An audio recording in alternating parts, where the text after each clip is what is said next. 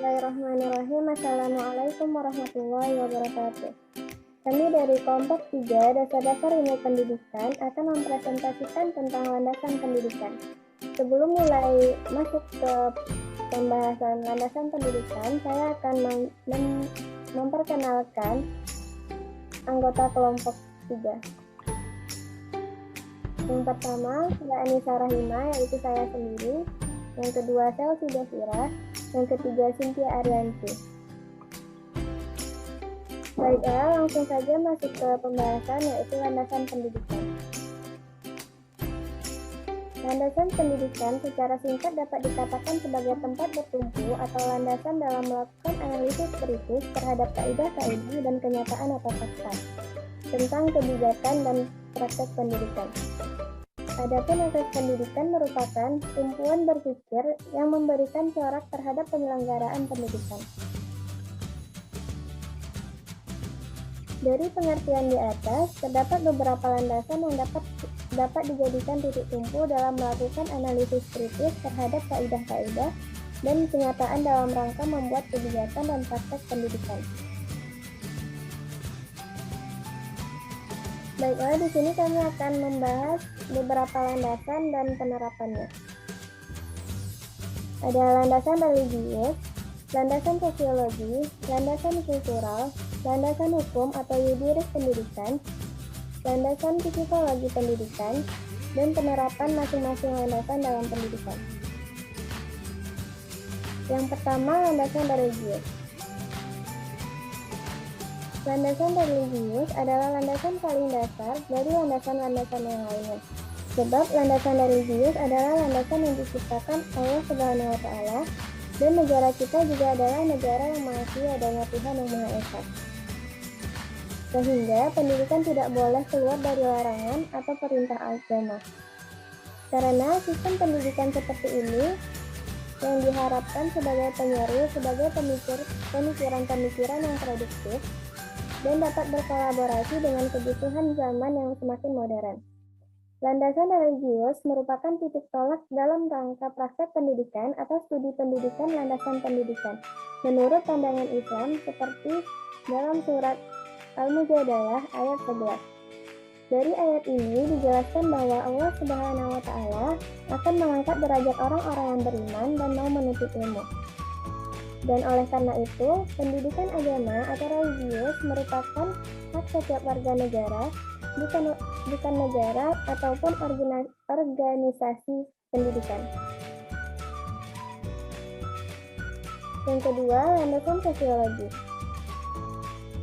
Pendidikan merupakan peristiwa yang berlangsung dalam ilmu sosial karena pendidikan tidak dapat dilepaskan karena saling mempengaruhi antara individu yang terkait di dalamnya. Dengan demikian, apa yang dinamakan pendidik dan peserta didik dilihat dari atau menunjuk pada dua istilah yang kedudukannya dalam interaksi sosial, yang artinya siapa yang bertanggung jawab atas perilaku dan siapa yang memiliki peran penting dalam proses perubahannya. Oleh karena itu, proses pendidikan untuk menunjukkan siapa yang menjadi pendidik dan yang menjadi peserta didik. Karena keduanya dapat berubah kedudukan, yang artinya di mana peserta didik suatu saat nanti bisa menjadi pendidik dan sebaliknya. Landasan sosial pendidikan adalah seperangkat asumsi yang dijadikan titik tolak dalam rangka studi pendidikan atau praktek pendidikan yang bersumber dari sosiologi, seperti interaksi antara guru dan siswa dan lain-lain. Konsep sosiologi pendidikan memberikan petunjuk kepada guru bagaimana cara membuat siswa bisa bekerja sama, rukun, bersahabat, dan lain-lain. Baiklah, untuk selanjutnya akan dilanjutkan oleh Selsi Desira. Pada Selsi, disilakan.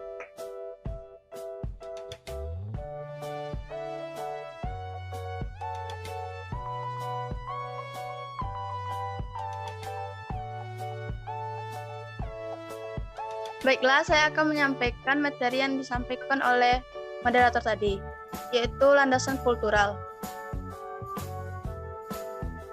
Peristiwa pendidikan adalah sebagian dari peristiwa budaya, dikarenakan pendidikan dan kebudayaan mempunyai hubungan timbal balik.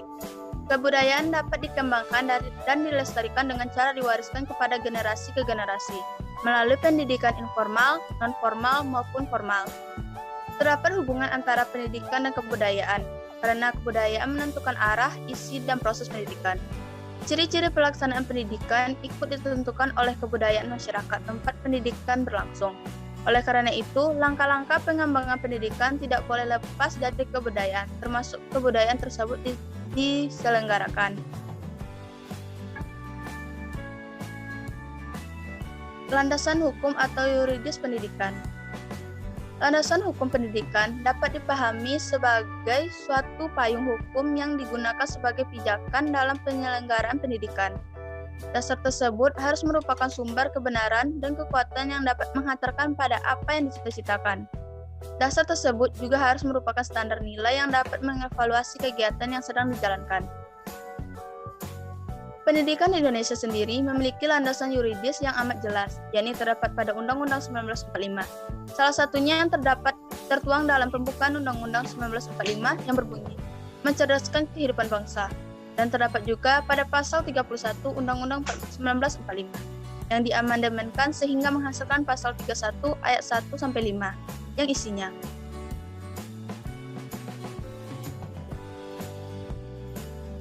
1. Setiap warga negara berhak mendapat pendidikan. 2. Setiap warga negara wajib mengikuti pendidikan dasar dan pemerintah wajib membiayainya. 3. Pemerintah menyelenggarakan dan mengusahakan suatu sistem pendidikan nasional yang meningkatkan keimanan dan ketakwaan, serta akhlak mulia dalam rangka mencerdaskan kehidupan bangsa yang diatur dengan undang-undang. 4.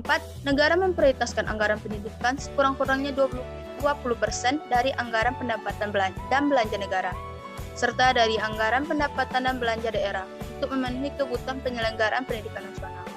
5. Pemerintah memajukan ilmu pengetahuan dan teknologi dengan menjunjung tinggi nilai agama dan persatuan bangsa untuk kemajuan peradaban serta kesejahteraan umat.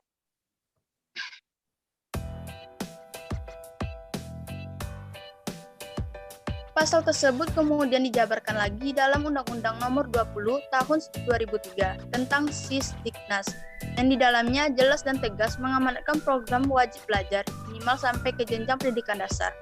Dan pada bab 7-nya tentang bahasa pengantar pasal 33 ayat 3 yang menyatakan bahwa bahasa asing dapat digunakan sebagai bahasa pengantar pada satuan pendidikan tertentu untuk mendukung kemampuan bahasa asing pendidik.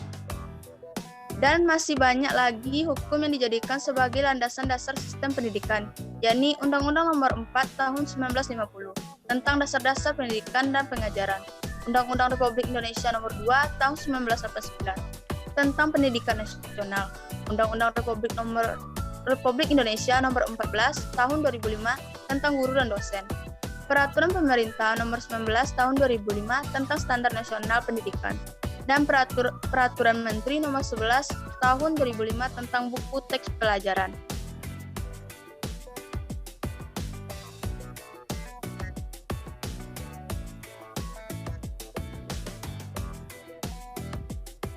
Landasan yuridis pendidikan mengatur segala seluk-beluk mengenai pendidikan para praktis dan birokrasi. Pendidikan harus mengetahui dan menerapkan di dalam proses pendidikan tersebut, agar pendidikan bisa berjalan dengan semestinya, tidak menyeleneng, sehingga tujuan yang dicita-citakan pun dapat tercapai. Aspek yuridis merupakan persoalan yang mutlak diperlukan untuk membangun manajemen pengelolaan pendidikan yang transparan dan akuntabel.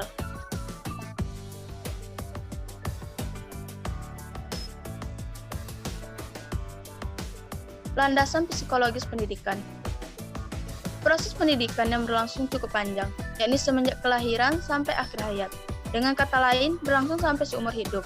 Bahkan ada sebuah penelitian psikologi yang menyatakan bahwa proses pendidikan bahkan sudah berlangsung ketika masih dalam kandungan. Kita hendaknya harus mempelajari dan memahami psikologi atau kejiwaan seorang anak, sebelum menentukan langkah-langkah atau prosedur dalam melaksanakan pendidikan.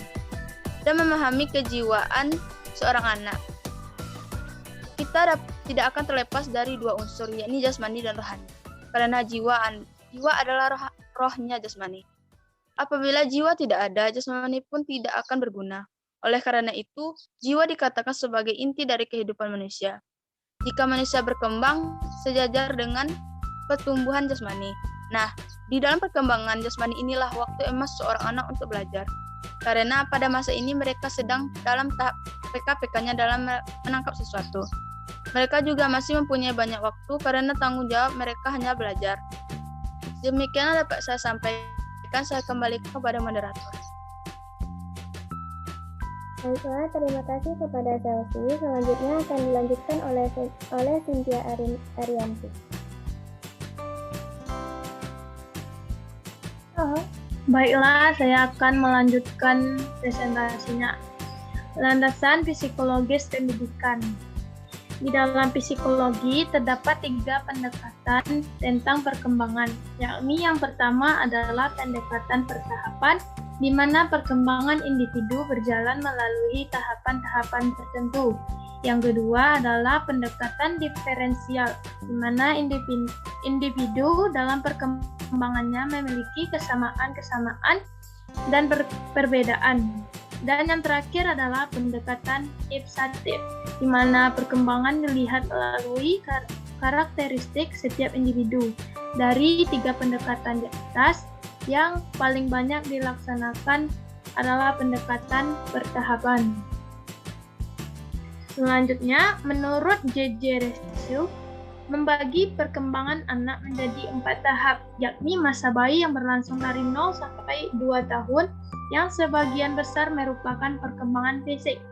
Masa anak yang berlangsung pada usia 2-12 tahun, pada masa ini manusia dinyatakan berkembang dan hidup seperti orang primitif. Masa puberitas yang berlangsung pada usia 12-15 tahun, yang ditandai dengan perkembangan pikiran dan kemauan untuk mencari sebuah jati diri. Dan yang terakhir adalah masa adolesen yang berlangsung pada usia 15-25 tahun, yang ditandai dengan pertumbuhan seksual yang menonjol.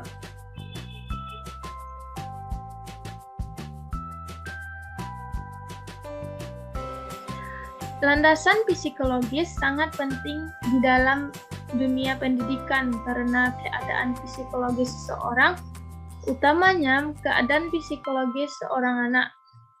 Hal ini akan membantu mereka untuk menentukan arah pendidikan, menentukan metode atau model belajar, membantu mereka untuk menyiapkan materi pembelajaran yang tepat, serta membantu mereka untuk menyiapkan pengalaman belajar yang cocok dengan perkembangan itu.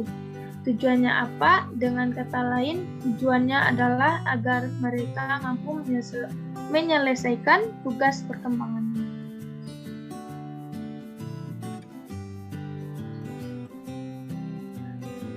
Belajar adalah perubahan perilaku yang relatif permanen sebagai hasil dari pengalaman.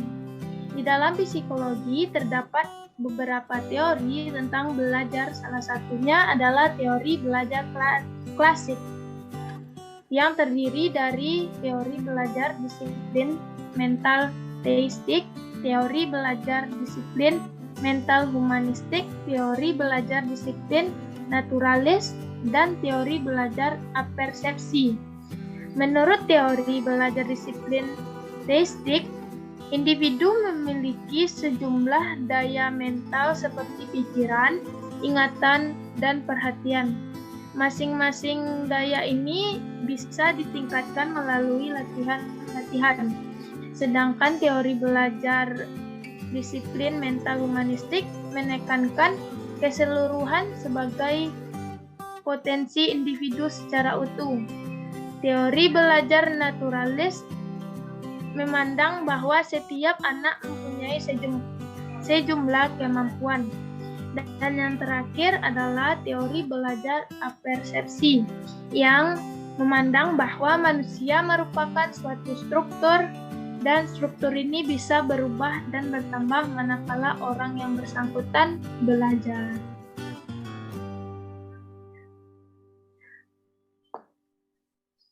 Jadi, Landasan psikologis memuat hal-hal yang semua orang butuhkan, baik dalam mengawali sebuah pendidikan maupun dalam proses menjalankan pendidikan itu sendiri.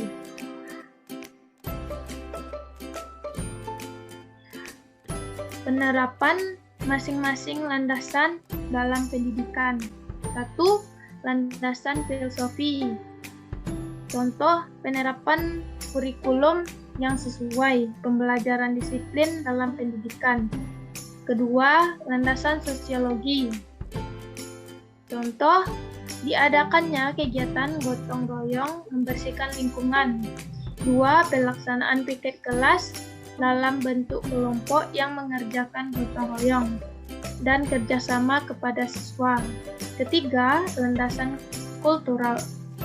Dengan contoh, mempelajari pendidikan Pancasila di sekolah. Keempat, landasan hukum, yaitu dengan contoh melakukan pemilihan umum seperti pemilihan presiden. Kelima, landasan psikologi dengan contoh adanya guru bimbingan konseling untuk menyelesaikan masalah siswa. Kedua, pemberian beasiswa kepada siswa yang memiliki prestasi. Ketiga, kebijakan untuk mengumumkan juara sekolah setelah ujian kenaikan kelas sebagai penghargaan kepada siswa berprestasi dan juga memotivasi untuk siswa lainnya. Sekian dari saya kembalikan kepada moderator. Baiklah, terima kasih kepada Cynthia Arianti. Mungkin hanya ini yang dapat kami sampaikan, lebih dan kurangnya kami mohon maaf. Wabillahi taufiq wal hidayah. Wassalamualaikum warahmatullahi wabarakatuh.